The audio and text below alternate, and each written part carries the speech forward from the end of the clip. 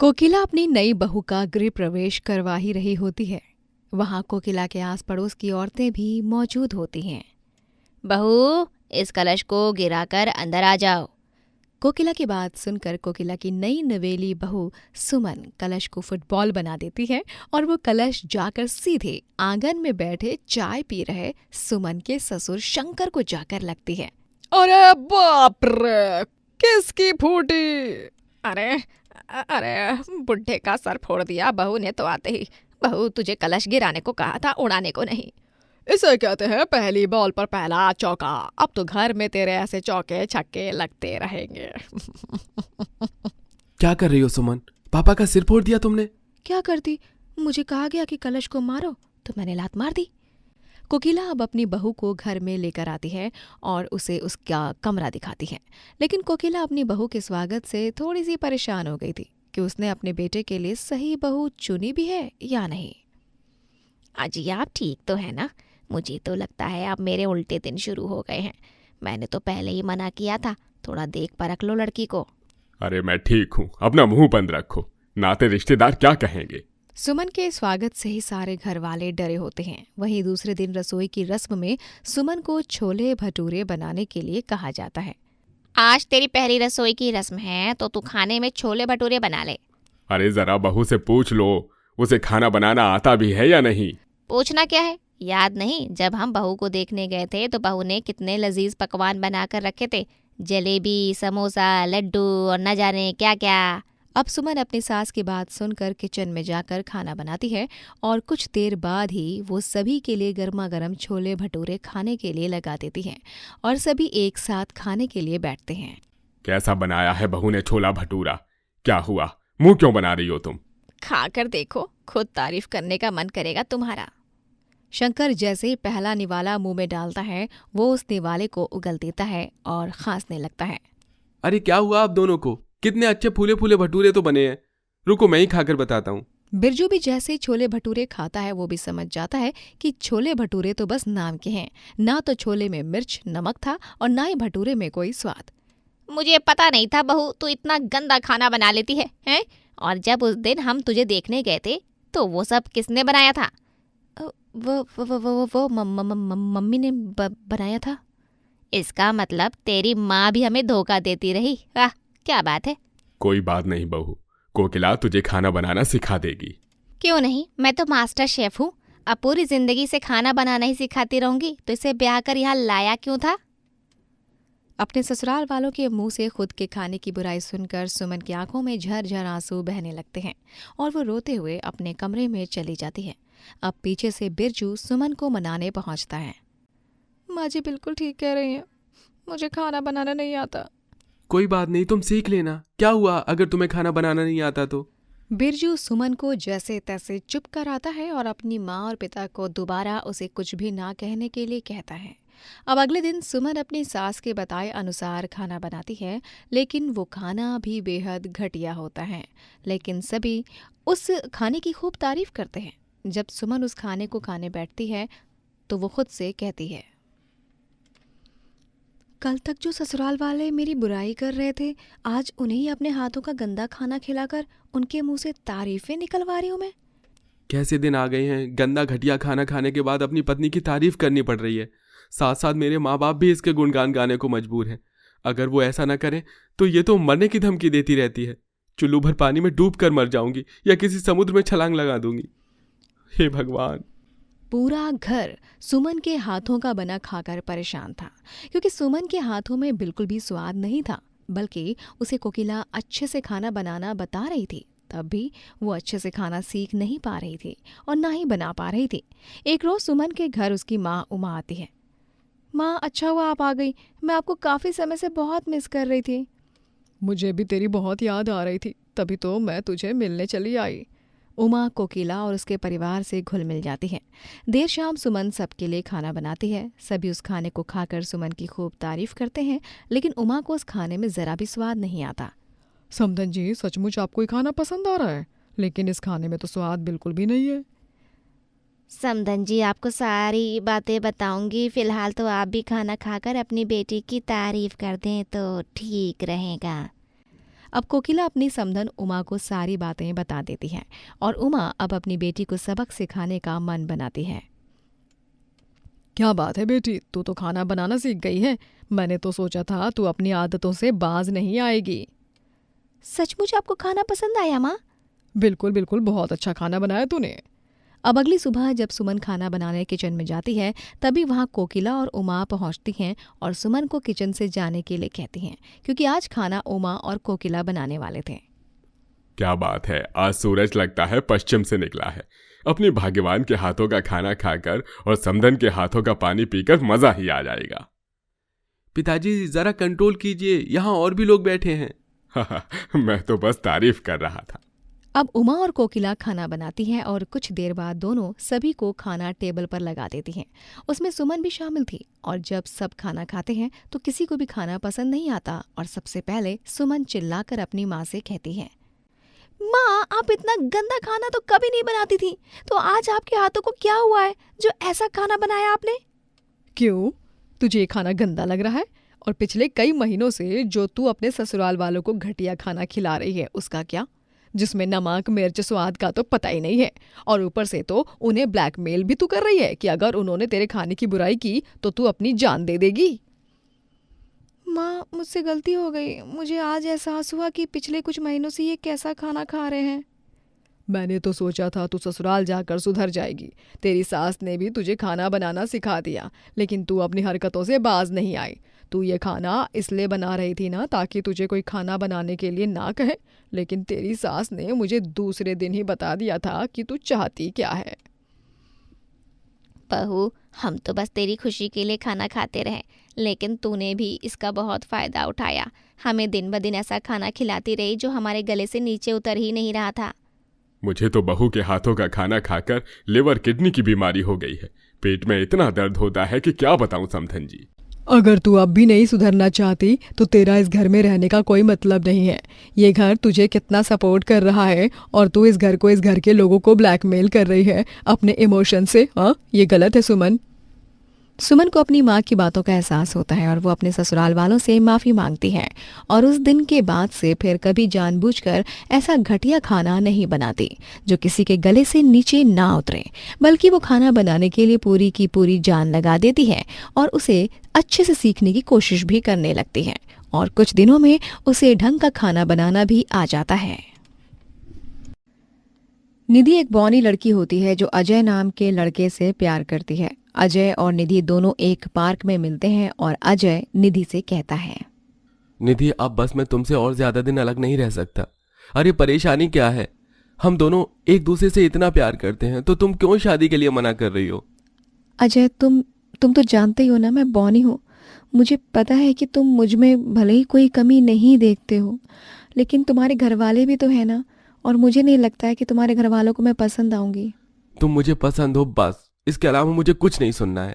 और अगर तुम्हें लग रहा है कि मेरे घर वाले तुम्हें स्वीकार नहीं करेंगे तो ठीक है, हम अभी मंदिर में शादी करेंगे और तब तो घर वालों को तुम्हें स्वीकार करना ही पड़ेगा ना। अजय। निधि मुझे कुछ नहीं सुनना, आज ही हम शादी कर रहे हैं, मैं तुमसे और दूर नहीं रह सकता।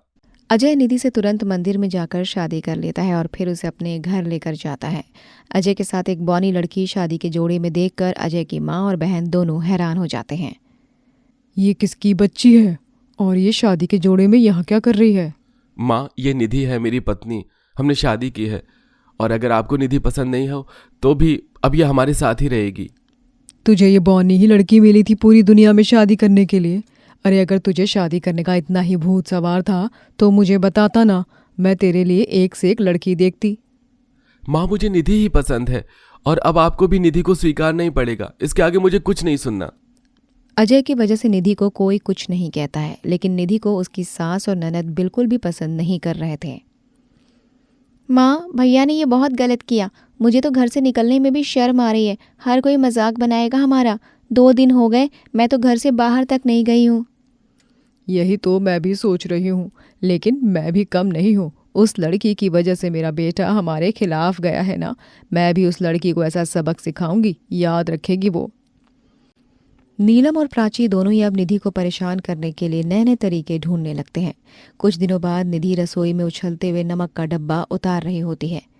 ओह, ये डिब्बा इतनी ऊपर क्यों है? स्टूल भी यहाँ नहीं है, अब मैं इसे कैसे उतारूं? निधि को डब्बा उतारने में काफी परेशानी हो रही थी और रसोई से बाहर खड़े होकर निधि को परेशान होता हुआ देख उसकी सास और ननद देख लेते हैं। अरे जब हमारी बौनी बहू आई है तब तो हमें कुछ करना ही नहीं है इसको सबक सिखाने के लिए। हाँ माँ, मैं कुछ समझी नहीं, आप क्या कहना चाहती हो? तू भी ना प्राची, बिल्कुल भी समझदार नहीं है। अरे खुद देखना इस बौनी बहू को कैसे उछल उछल के सामान उतारना पड़ रहा है, और अगर हम घर में हर सामान को ऊंचाई पे रखने लगे तब तो इसके लिए बिना कुछ किए ही मुसीबत हो जाएगी। बौनी है, सुबह से रात उछलती रहेगी। अरे हाँ माँ, ये तो कितना सही रहेगा, हम ऐसे ही करते हैं। नीलम और प्राची अब दोनों मिलकर घर की सभी ज़रूरतों का सामान, रसोई में मसालों के डब्बे या फिर निधि की अलमारी, सब कुछ थोड़ा ऊंचाई पर बनवा देती हैं। ये सब देखकर निधि काफ़ी ज़्यादा परेशान हो जाती है। हे भगवान, माजी और प्राची ने तो कुछ ही दिन में घर का पूरा नक्शा ही बदल दिया, लेकिन अब मुझे खुद ही बिना अजय की मदद से माजी और प्राची का दिल जीतना होगा। मैं बार बार अजय को ऐसे घर के मामलों में नहीं घसीट सकती। निधि भी अब अपनी सास और ननद का दिल जीतने की पूरी कोशिश करने लगती है। कुछ दिनों बाद प्राची रसोई में खड़ी होकर निधि को बुलाती है। भाभी, वो क्या है ना, मुझे चावल खाने का मन है। आप तो सुबह से कितने काम कर रही हैं, तो आप थक गई होंगी, इसीलिए मैंने सोचा कि मैं खुद ही चावल बना लेती हूँ। तो फिर मुझे रसोई में क्यों बुलाया? कुछ और काम था क्या? हाँ, काम तो है ही। वो क्या है ना भाभी, मेरे पैरों में ज़रा दर्द हो रहा है, तो आप ही उछल कर ज़रा चावल का डब्बा उतार दो ना। अ- अ, ठीक है, मैं चावल का डब्बा उतार देती हूँ। निधि उछल उछल कर डब्बा उतारने की कोशिश करने लगती है और ऐसे में ही निधि को काफ़ी समय लग जाता है। अरे भाभी, एक काम बोला है आपसे, उसमें भी इतना समय लगा रही हो, थोड़ा जल्दी करो ना, मुझे भूख लग रही है। बौनी हो इसीलिए इतना टाइम लगा रही हो ना। ऐसे ही अक्सर प्राची और नीलम दोनों मिलकर निधि को परेशान करते रहते हैं। कुछ दिनों बाद नीलम और उसकी पड़ोसन राधिका दोनों बात कर रहे होते हैं। निधि चाय लेकर आती है। निधि बहू, तेरी आंखें हैं फिर भी तुझे दिखाई नहीं देता क्या? माँ जी, आप क्या कह रही हैं? तुझे घर नहीं दिख रहा है क्या? इतने जाले लगे हुए हैं।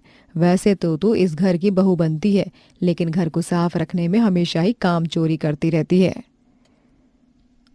माँ जी, अभी मैं थोड़ी देर में जाले साफ कर दूंगी। थोड़ी देर में क्यों भाई? जो काम अभी बोला गया है उसे अभी करने में क्या तुझे शर्म आ रही है? चल जल्दी से जाले साफ कर। निधि स्टूल लेकर जाले साफ कर रही होती है और स्टूल बार बार हिल रहा होता है। भगवान, बस मैं स्टूल से ना गिर जाऊं, वैसे भी मुझे बहुत डर लग रहा है। निधि को ऐसे परेशान देखकर नीलम काफी खुश हो रही थी। राधिका, देख रही हो ना मेरी बौनी बहू को, कभी उछलकर जाले साफ कर रही है तो कभी डंडे से, जो कि बार बार गिर रहा है। देख लो मेरी बौनी बहू का कमाल। कुछ भी कहो, बौनी बहू की वजह से हंसी तो बहुत आती होगी, तुम्हारा तभी खून इतना बढ़ रहा है। अजय अब घर में वापस से बदलाव करता है और इस बार घर का बदलाव बौनी बहू के हिसाब से होता है। दरवाजे छोटे, घर की हर चीज काफी नीचे थी। माँ, भैया ने ये क्या कर दिया? मैं अपने कमरे में जब भी जा रही हूँ तो कभी मेरे कमर पर लग रही है तो कभी सर पर लग रही है। मैं अपनी कमर पकड़े हुए क्यों हूँ? तुझे क्या ये दिखाई नहीं दे रहा? अरे मेरी कमर में भी इसी वजह से दर्द हो रहा है। हर काम झुककर करना पड़ रहा है, कमरे में भी झुककर जाना पड़ रहा है। तो भैया को कुछ बोलो ना। आने दे तेरे भाई को घर पर, बात करती हूँ मैं उससे। शाम के समय अजय ऑफिस से घर जाता है और सामने उसकी बहन, माँ और पत्नी थी। क्या हुआ? तूने घर का नक्शा क्यों बदल दिया? तुझे पता भी है सुबह से झुक झुक कर मेरी कमर दर्द हो गई। और आपने कभी सोचा निधि को परेशान करने से पहले घर की रैक, अलमारी सबको ऊंचाई पर करवा दिया? हर एक किसी की कमी का मजाक उड़ाना कब से ठीक हो गया? अब जब आप निधि की जगह आई तो समझ आया कि निधि को कितनी परेशानियों का सामना करना पड़ता है। आपका एक दिन में ये हाल हो गया। निधि कब से आपकी सुन रही थी। अजय की बात सुनकर सास और ननद दोनों चुप हो जाते हैं और उसी समय बौनी बहू को और उसकी रसोई को स्वीकार कर लेते हैं। पायल की शादी शहर में होती है। पायल की सास सरोज और ननद कोमल उसको घर दिखाने लगते हैं। माँ जी, घर तो कितना बड़ा है, कमरे में कितने सारे हैं कमरे। हाँ बहू, और अब ये तेरा ही घर है। वैसे घर तो पूरा देख ही लिया। चल अब मैं तुझे तेरे कमरे में लेकर चलती हूँ। अपने कमरे में जाकर थोड़ा आराम कर लियो, थक भी गई है ना तू काफी। हाँ, ये तो सही कहा माँ जी आपने, थकान तो बहुत हो रही है। कोमल, जा जरा बहू को उसके कमरे में लेकर जा। ठीक है माँ। कोमल अपनी भाभी को उसके कमरे में लेकर जाती है। अगली सुबह पायल पहली रसोई की रस्म के लिए रसोई में जाती है और रसोई देखकर पायल काफी हैरान हो जाती है। ये क्या? अरे ये रसोई है। इस बंधी हुई रसोई में कोई खाना कैसे बना सकता है? ना बाबा ना, मुझसे तो यहाँ खाना नहीं बनाया जाएगा और ना ही मैं यहाँ खाना बना रही हूँ। मैं तो जा रही हूँ छत पर खाना बनाऊंगी। पायल को मॉडर्न रसोई बिल्कुल भी पसंद नहीं आती है और वो उसी समय बर्तन लेकर छत पर चली जाती है। यहाँ पर ईंट तो पहले से ही है, अब ईंट को जोड़कर ही मैं चूल्हा बनाती हूँ और फिर छत पर ही ऐसे हर रोज खाना बनाया करूंगी। यहाँ पर कितनी जगह है, सब बहुत ही अच्छे से हो जाएगा। पायल अब छत पर ही मिट्टी का चूल्हा बनाती है और छत पर ही खाना बनाना शुरू कर देती है। कुछ देर बाद पायल के ससुराल वाले भी उठ जाते हैं। अरे अमन, बहू कहाँ है? सुबह से दिखी नहीं। हाँ माँ, मैं तो रसोई में भी देखकर आ गई। मुझे लगा आज भाभी की पहली रसोई की रस्म है तो वो रसोई में ही होंगी, लेकिन भाभी तो रसोई में भी नहीं है। माँ सुबह जल्दी तो उठ गई थी पायल, उसने मुझे भी उठाया था, लेकिन मुझे काफी नींद आ रही थी इसलिए मैं उठा नहीं। लेकिन मुझे नहीं पता कि पायल कहाँ है। तभी अमन का छोटा भाई अरुण आता है। माँ, भाभी छत पर खाना बना रही हैं। आपने कहा है क्या भाभी को छत पर खाना बनाने के लिए? क्या छत पर खाना? चलो तो जरा छत पर। सब लोग छत पर जाते हैं तो छत की शक्ल ही बिगड़ चुकी होती है। सब काफी दंग रह जाते हैं छत का ऐसा हाल देखकर। माँ, हमने छत को इतने अच्छे से बनाया था, घास वाली कारपेट थी, पौधे, झूला सब लगाया था। मोहल्ले में सबको हमारी ही छत अच्छी लगती थी, लेकिन भाभी ने तो सबसे खराब हमारी छत कर दी। भाभी, आपने ये क्या किया छत का हाल? अरे जब रसोई है तो आपने छत पर खाना क्यों बनाया? आप सब लोग यहाँ? अरे ननद जी, वो क्या है ना, रसोई बहुत ही बंधी हुई लग रही थी और मुझे चूल्हे पर खुले में खाना बनाने की आदत है। हमारी इतनी बड़ी छत है तो छत का सही से इस्तेमाल भी करना चाहिए। हाँ, बस इसीलिए मैं छत पर ही खाना बनाने आ गई। अरे बहू, तुझे अगर हमारी रसोई में खाना बनाना नहीं आता है तो इसमें कोई बड़ी बात नहीं है। अरे हम लोग हैं ना तुझे सिखाने के लिए। छत पर खाना बनाने की कोई ज़रूरत नहीं है। नहीं माँ जी, अरे जिसको जो अच्छा लगता है वैसे करने दीजिए ना। मैं आप लोगों में से किसी की नहीं सुनने वाली हूँ। मुझे तो छत पर ही खाना बनाना अच्छा लगता है और मैं छत पर ही बनाऊंगी। अच्छा, आप सब नीचे जाओ ना, खाना बन गया है। मैं थोड़ी देर में सबके लिए खाना लेकर आती हूँ। पायल की जिद के आगे कोई कुछ नहीं कर पाता और अब पायल ऐसे ही हर रोज छत पर खाना बनाया करती। कुछ दिनों बाद बारिश का मौसम बन रहा होता है, जिसे देखकर सरिता कहती है, बहू लगता है काफी बारिश होने वाली है, तो एक काम कर, नीचे आज जाकर खाना बना ले। छत पर चूल्हा जलाएगी और अगर बारिश हो गई तो तेरी मेहनत खराब हो जाएगी। अरे माँ जी, आप ना ऐसे परेशान मत होइए, है ना, सब ठीक हो जाएगा, कोई दिक्कत नहीं आएगी। अरे मैं भी तो ढीठ हूँ, आप देखती जाओ, बारिश होते हुए भी छत पर मैं कैसे खाना बनाती हूँ। पायल एक बड़ी सी तरपाल लेकर छत पर चली जाती है और तरपाल को डंडे की मदद से चारों तरफ से ऊपर से बांध देती है। हो गई ना छत की भी छत। अब बारिश में खाना भी आराम से बन जाएगा और कोई नुकसान भी नहीं होगा। खुले में खाना भी बनेगा और खाना जो है बारिश की वजह से रुकेगा भी नहीं। तेज बारिश में भी जब पायल छत पर खाना बनाकर सबको देती है तो सब हैरान हो जाते हैं। माँ, अब ना बहुत हो रहा है। भाभी को देखकर तो बिल्कुल भी ऐसा नहीं लग रहा है कि भाभी जिंदगी में कभी हमारी रसोई का इस्तेमाल करेंगी, लेकिन इतना तो ज़रूर पता चल रहा है कि भाभी हमारी छत का सत्यानाश ज़रूर करने वाली हैं। माँ, आप भाभी को कुछ समझाओ ना। मैं तो समझा समझा कर थक चुकी हूँ, बहुत बार समझा दिया है लेकिन ये नहीं मानती है। माँ जी, ननद, आप क्या खुसुर फुसुर कर रही हो? भाभी आपके बारे में ही बात कर रहे थे कि कब तक आप ऐसी छत पर खाना बनाती रहोगी? फिर तो तुमने गलत सवाल किया है ननद जी। अरे छत पर खाना बनाने में आखिर परेशानी ही क्या है? मैं तो सोच रही हूँ रोज रोज नीचे से छत पर बर्तन ले जाने से अच्छा है सारे बर्तन अब छत पे ही रख दूँ। नहीं नहीं भाभी, आप छत पर खाना बनाती हो, इससे ही हमें बहुत परेशानी होती है। आप बर्तनों पर मेहरबानी कर दो बस। हाँ।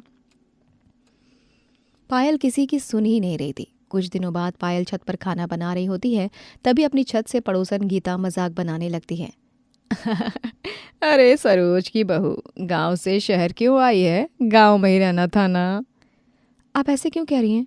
और मैं गांव में ही क्यों रहूं? क्योंकि शहर में आने का भी तो कोई फ़ायदा नहीं है। गांव और शहर का पूरा फ़र्क तूने तो मिटा दिया। अरे इसी तरह अक्सर लोग पायल का मजाक बनाने लगते हैं। पायल को ये सब काफ़ी ज़्यादा बुरा भी लगता है। कुछ दिनों बाद पायल बाजार से सामान लेकर आती है। पड़ोसन रमा रोकती है। अरे पायल बहू, वो क्या है ना, गाय ने हमारे घर के आगे गोबर कर दिया है, तो तू उसे लेकर चली जा। मैं क्या गोबर वाली दिख रही हूँ? अरे छत पर रसोई बनाई है तो तू गोबर का भी इस्तेमाल कर लेगी ना। गंवार तो है ही तू, चल लेकर चली जा। पड़ोसन की बात पायल को काफ़ी ज़्यादा बुरी लगती है और वो घर आकर रोने लगती है। पायल की रोने की आवाज़ सुनकर वहाँ सब आ जाते हैं। पायल, क्या हुआ? तुम रो क्यों रही हो? अरे पायल, तुम रो क्यों रही हो? माँ जी, मैंने छत पर चूल्हा बनाकर क्या पाप कर दिया है? सब गंवार क्यों कह रहे हैं मुझे? मैं क्या गंवार हूँ? पढ़ी लिखी हूँ मैं तो। बहू देख, अगर मैं सच बताऊं तो बुरा मत मानियो, गंवार वाली हरकतें तो तू कर रही है। अरे मैं मना नहीं कर रही हूँ खुले में खाना बनाने से, लेकिन देश के हिसाब से भेष बदलना पड़ता है। जब यहाँ मॉडर्न रसोई है तो तू छत को क्यों खराब कर रही है? भाभी, यही बात हम आपको कब से समझाने की कोशिश कर रहे हैं। कभी कभी हालातों को देखकर भी खुद को बदल लेना चाहिए ना। और हर बार बदलाव खराब नहीं होता है, कभी कभी अच्छा भी तो होता है ना, और ज़रूरी भी। शायद आप लोग सही कह रहे हो, मुझे ही समझना चाहिए था। पायल को अपनी गलती का एहसास होता है और अब वो छत पर खाना बनाना छोड़ देती है। ममता और उपेंद्र अपनी 4 विधवा बहुएं स्वरा, गुंजन, वेदिका और पल्लवी के साथ रहते हैं। ममता और उपेंद्र ने 2 साल पहले ही अपने चारों बेटों को एक हवाई जहाज के एक्सीडेंट में हमेशा हमेशा के लिए खो दिया होता है, जिसके बाद अब उनकी चारों बहुएं गांव में पूरी सब्जी का ठेला लगाकर काम करती हैं। स्वरा, ये लो, मैंने ना पूरियाँ बेल दी हैं, तुम फटाफट इसको तल दो। 100 पूरियों का ऑर्डर आया है आज हमें। गांव के एक बड़े आदमी का घर है जहां पर पूजा है। हमें पूजा शुरू होने के पहले ही पूरियों का ऑर्डर पहुंचाना है। गुंजन, सारा ऑर्डर पहुंच जाएगा, तुम निश्चिंत रहो। पल्लवी, तुम यहाँ धीरे धीरे से सब्जी क्या काट रही हो? जाओ तुम ग्राहकों को संभालो। देखो 3 लोग ना अभी वहाँ पर राह देख रहे हैं, उन्हें फटाफट पूरी सब्जी परोस दो, ठीक है? तब तक मैं सब्जियाँ काट कर रख देती हूँ, फिर तू पका देना। ठीक है वेदिका, मैं ये कर दूंगी। चारों बहुएं एक साथ मिलजुल कर पूरे ठेले को बहुत अच्छे से संभालती हैं। उनके हाथ के बने पूरी सब्जी का स्वाद भी बहुत अच्छा होता है। सभी चटखारे लेते हुए खाते हैं और जम के तारीफें भी करते हैं। क्या बात है, ऐसी पूरी सब्जी तो हमने आज तक नहीं खाई। मन करता है खाते ही जाएं, खाते ही जाएं। अरे वही तो। अच्छा भाभी, अगले महीने मेरी बहन की शादी है। मैं चाहता हूँ कि पूरी सब्जी का ऑर्डर यहीं पर दे दूं। ये लीजिए एडवांस के पैसे। अरे वाह, धन्यवाद भाई साहब हमारे ठेले में ऑर्डर देने के लिए। आपका ठेला पूरे गांव में अलग और अनोखा है। यहाँ आओ तो ऐसा लगता ही नहीं कि हम किसी ठेले में खाना खा रहे हैं। बिल्कुल घर जैसा महसूस होता है। यहाँ एक अलग सा अपनापन है भाई। बहुत बहुत धन्यवाद, यूं ही हमारे ठेले की पूरी सब्जियां खाने आते रहा करिए। वो चारों ठेले के काम के साथ साथ घर पर भी उतना ही ध्यान दिया करती हैं। पल्लवी, स्वरा, जाओ तुम दोनों घर चले जाओ। माँ जी और पापा जी की दवाई का समय हो गया है, उन्हें दवाई दे दो। और हाँ, शाम का समय है तो चाय और नाश्ता देते आना उन दोनों को। तब तक मैं और वेदिका यहाँ ठेले के काम को संभालते हैं। ठीक है गुंजन, चल स्वरा, चलते हैं। हाँ। रात में पूरा परिवार साथ बैठकर खाना खाता है। तभी ममता और उपेंद्र अपनी चारों बहुओं से कहते हैं। बहू, हर महीने मेरी पेंशन आती है। हमारे 2 घर किराए पर हैं और साथ ही मेरी 2 ज़मीनें भी हैं। देखा जाए तो हमारे पास पैसों की कमी नहीं है। भगवान जी ने हमें सब दिया है। फिर भी तुम चारों इतनी मेहनत मशक्क़त क्यों करती हो? हम आपकी चिंता समझ सकते हैं, लेकिन हम ये कितने अच्छे विचार हैं हमारी बहुओं के। पतियों के जाने के बाद भी ये चारों उनसे कितना अटूट प्यार करती हैं। आजकल के ज़माने में ऐसी बहुएं, ऐसी बीवियां मिलना बहुत मुश्किल है। उपेंद्र जी, सच कहूँ तो मैं भी अपनी बहुओं को आगे जाते देखना चाहती हूँ, और देखना एक दिन इनका पूरी सब्जी का ठेला इन्हें खूब आगे ले जाएगा। ममता, शायद तुम और चारों बहुएं सही कह रही हैं। मेरी ही सोच गलत है। खैर, मैं भी तुम चारों की सोच के साथ सहमत हूँ। मेरा और ममता का आशीर्वाद तुम चारों के साथ हमेशा है और रहेगा। जीती रहो और खूब सारी प्रगति करो बहुओं। धन्यवाद पापा जी। उपेंद्र और ममता अपनी चारों बहुओं से बहुत प्यार करते हैं। वो चारों उन्हें दिल से अपनी बेटियां ही मानते हैं और वो चारों भी उन दोनों का अपने माता पिता की तरह ख्याल रखती हैं। ये देख उन चारों के ननद नंदोई ईशानी और युवराज दोनों खूब जलते हैं। देख रही हो ईशानी, कैसे तुम्हारे परम पूज्य पिताश्री तुम्हारी भाभीियों पर अपनी सगी बेटी से भी बढ़कर प्यार बरसा रहे हैं। हाँ युवराज, माँ और पापा पूरी तरह से बदल चुके हैं। उन्हें मेरी कुछ पड़ी ही नहीं है, बस अपनी चारों बहुओं को ही बेटियां बना दिया है उन दोनों ने। ईशानी, उस दिन जब मैं पापा जी से मिलने गया था तभी वो माँ जी के साथ बात कर रहे थे, वो भी अपनी जायदाद अपनी चारों बहुओं के नाम करने के बारे में। क्या? ये तुम क्या कह रहे हो युवराज? सच कह रहा हूँ ईशानी। नहीं, ऐसा बिल्कुल नहीं हो सकता। वो जायदाद मेरे नाम होनी चाहिए, उन चारों के नाम पर नहीं। तो अब क्या करोगी? मैं जानती हूँ कि अब मुझे क्या करना है। मैं उन चारों को माँ और पापा की नज़रों में इतना गलत साबित कर दूंगी कि माँ और पापा उन्हें धक्के मारकर घर से बाहर, अपने दिलों से, घर से, हर जगह से बेघर कर देंगे। क्या? ईशानी अब ममता और उपेंद्र से मिलने जाती है और उन्हें चारों बहुओं के खिलाफ भड़काना शुरू करती है।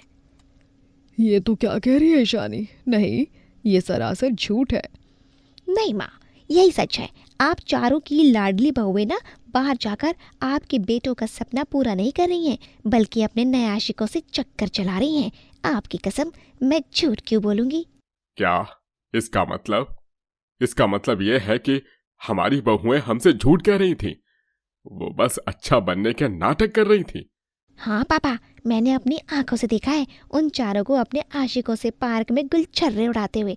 मुझे भी बहुत दुख हुआ। न जाने क्या बीत रही होगी मेरे चारों स्वर्गवासी भाइयों के दिलों पर। माँ, पापा, वो चारों आप लोगों को भी धोखा दे रहे हैं। समय रहते ही वो किसी दिन आप दोनों को भी अकेला छोड़कर भाग जाएंगी। क्या? लेकिन ईशानी, मुझे विश्वास नहीं हो पा रहा इस बात पर। जानती हूँ माँ, ये बात तो विश्वास करने जैसी है ही नहीं, पर वो कहते हैं ना, जो जैसा दिखता है ना वो वैसा होता नहीं है। समय रहते ही उन चारों को अपनी ज़िंदगी से निकाल दो। आप दोनों तो उनके नाम पर सब कुछ करने की फिराक में हो। भूल कर भी ये गलती मत करना, वरना वो चारों आपका सब कुछ लूट कर अपने ऊपर बस यूं ही बोझा हटाकर बस उस मवाली आशिकों के साथ फुर हो जाएंगी। हाँ। हे भगवान, ये बहुत गलत किया उन चारों ने हमारे साथ, बहुत गलत। ममता और उपेंद्र ईशानी की बात को सच मान लेते हैं और रात में जब चारों बहुएं ठेला बंद करके घर की ओर लौटती हैं, तभी वो अपना सारा सामान बाहर फेंका हुआ देखकर परेशान हो जाती हैं। उपेंद्र और ममता उन्हें खूब सुनाते हैं। ये आप दोनों क्या कह रहे हैं माँ जी, पापा जी? हमारा बाहर कोई चक्कर नहीं चल रहा है, हम आपको कोई धोखा नहीं दे रहे हैं। हाँ माँ जी, पापा जी, हम पर भरोसा कीजिए। चुप हो जाओ तुम चारों। अब तुम लोगों की हमारे घर में कोई जिंदगी, कोई जरूरत नहीं है, कोई जगह नहीं है। चले जाओ यहाँ से। हाँ, तूने हमसे पैसे लिए थे और अब दे नहीं रहा है, मैं तुझे छोड़ूंगा नहीं। हाँ, आज तो हमें अब पैसे देने ही होंगे, वरना तू गया काम से।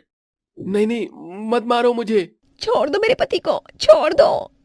हे भगवान, ये तो नंदोई जी को बहुत बेरहमी से मार रहे हैं। हमें नंदोई जी को बचाना होगा। ननद जी देखो कितनी डर रही है वो। चलो चलो। चारों बहुएं वहां जाकर उन आदमियों को उनके पैसे देती हैं और युवराज को बचा लेते हैं। ये देख युवराज और ईशानी को बहुत शर्मिंदगी होती है। वो अब उपेंद्र और ममता को बुलाते हैं और उनके सामने अपने सच को कबूल करते हैं। हाँ माँ पापा, मैंने आपसे झूठ कहा था, वो सब झूठ था। क्या? मुझे जलन होती थी जब आप दोनों इन चारों को इतना प्यार देते थे, और फिर आप दोनों ने इन चारों के नाम अपनी जायदाद करने का फैसला लिया। तो मैं ना डर गई और इसीलिए मैंने आप दोनों को भड़काया, ताकि आप दोनों इन चारों को अपनी ज़िंदगी से निकाल दो और फिर सारी जायदाद मुझे और युवराज को मिल जाए। हमने चारों भाभीियों के साथ बहुत गलत किया, लेकिन आज इन्होंने सही समय पर आकर पैसे दिए, वो भी अपनी मेहनत की कमाई के, और मेरी जान बचाई। हम बहुत शर्मिंदा हैं। हम दोनों हाथ जोड़कर आप सबसे माफ़ी मांगते हैं। हाँ, हमें माफ़ कर दीजिए। हमें माफ़ कर दीजिए। हम दोनों को अपनी गलतियों का पूरा एहसास हो चुका है। हमें अपनी गलतियों को सुधारने का एक आखिरी मौका दीजिए। सभी ईशानी और युवराज को माफ़ कर देते हैं, जिसके बाद पूरा परिवार एक साथ खुशी से रहने लगता है और साथ ही चारों बहुएं तरक्की करके अपनी पूरी सब्जी के ठेले की जगह अब एक बड़ा सा रेस्टोरेंट खोल लेते हैं, जो गांव का पहला बड़ा रेस्टोरेंट होता है। शीला अपने सास गायत्री और पति के साथ एक छोटे से गांव में रहती है। रात के समय दोनों सास बहू बेटे सुधीर का इंतजार कर रहे होते हैं। अरे ये सुधीर कहाँ रह गया, इतनी रात हो गई है, उसका तो कुछ अता पता ही नहीं है। माँ जी, इनका तो कुछ पता रहता भी नहीं है। हाँ, कब घर आते हैं, कब घर से जाते हैं, घर की कोई चिंता भी नहीं है। बहू, सुधीर को समझाने का भी कोई फायदा नहीं है, वो किसी की सुनता भी नहीं है, हर वक्त बस अपनी ही चलाता है। तभी सुधीर नशे में धुत होकर घर आता है। ये क्या है? खाना क्यों नहीं बना अब तक? और तुम लोग ऐसे क्यों बैठे हो? तू फिर से आज पी कर आ गया। अरे तुझे कितनी बार समझाया इतना मत पिया कर, तेरी वजह से घर के हालात और खराब हो रहे हैं। तुझे घर दिखाई नहीं देता है क्या? नहीं, मुझे घर नहीं दिखाई देता है, मुझे तो बस अपनी शराब दिखाई देती है। और जल्दी से मेरे लिए खाना लगाओ, मुझे बहुत ज्यादा भूख लगी है।